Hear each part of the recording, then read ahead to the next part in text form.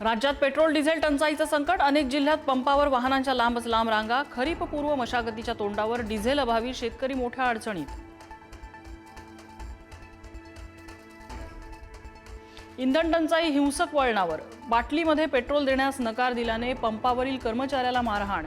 बुलढाण्याच्या शेगाव इथे पेट्रोल पंपावरील प्रकार.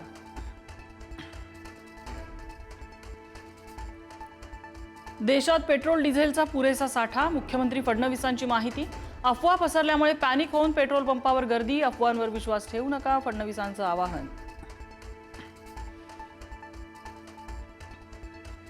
पंतप्रधान मोदी इटलीच्या दौऱ्यावर, रोममध्ये मोदींनी घेतली इटलीच्या पंतप्रधान जॉर्जिया मेलोनी यांची भेट.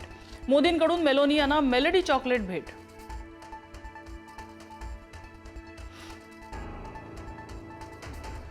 देश आर्थिक संकटात असताना पंतप्रधान मोदी इटलीला चॉकलेट वाटतायत. राहुल गांधींचा हल्लाबोल, मोदी परदेश दौऱ्याची मजा घेत असल्याची ही टीका.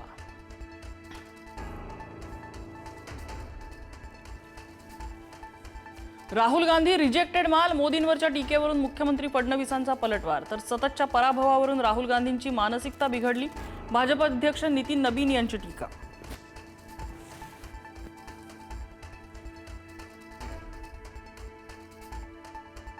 विधान परिषद निवडणुकीसाठी महायुतीचा प्राथमिक फॉर्म्युला समोर, भाजप 12, शिवसेना 3 तर राष्ट्रवादीला 2 जागा मिळण्याची शक्यता. जागा वाटपावर लवकरच अंतिम निर्णय.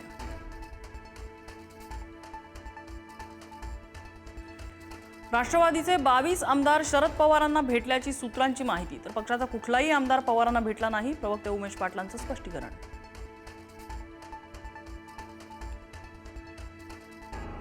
वांद्र्याच्या गरीबनगरमध्ये अतिक्रमण विरोधी कारवाई वेळी स्थानिकांकडून दगडफेक, प्रत्युत्तरात पोलिसांकडून लाठीचार्ज. सलग दुसऱ्या दिवशी अतिक्रमण हटवण्याचं काम सुरू.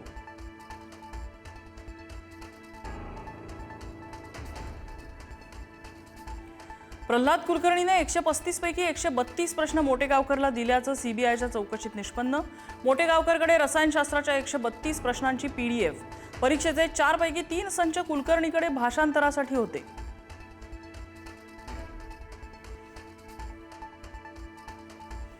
नाशिकमध्ये नामांकित क्लासेस आणि शिक्षण संस्था सीबीआयच्या रडारवर. खैरनारच्या चौकशीतून काही खासगी क्लासेस आणि संस्थांची नावं समोर. सीबीआयकडून कोणत्याही क्षणी छापेमारी.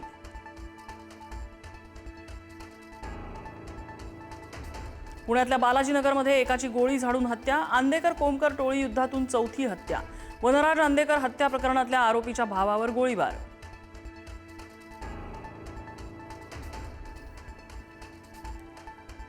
बोंधू अशोक खरातला 26 मे पर्यंत ईडी कोठडी. मनी लॉन्ड्रिंग प्रकरणात खरात ईडीच्या ताब्यात.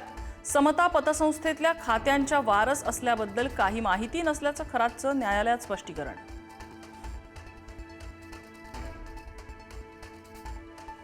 सरपंच संतोष देशमुख हत्या प्रकरणातील आरोपी वाल्मिक कराडची प्रकृती बिघडली.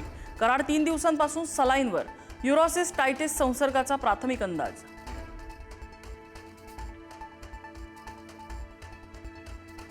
उल्हासनगर लव्ह जिहाद प्रकरणातल्या आरोपींना एकाच दिवसात जामीन मंजूर झाल्याने आश्चर्य व्यक्त.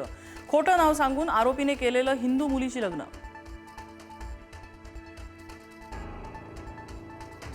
राज्यात वाढत्या उन्हामुळे अनेक भागात पाणी टंचाई. 15 जिल्ह्यातील 633 गावं आणि 1652 वाड्यांना 706 टँकर्सद्वारे पाणी पुरवठा. उन्हाचा कडाका असाच कायम राहिला तर पाणी टंचाई वाढण्याची शक्यता.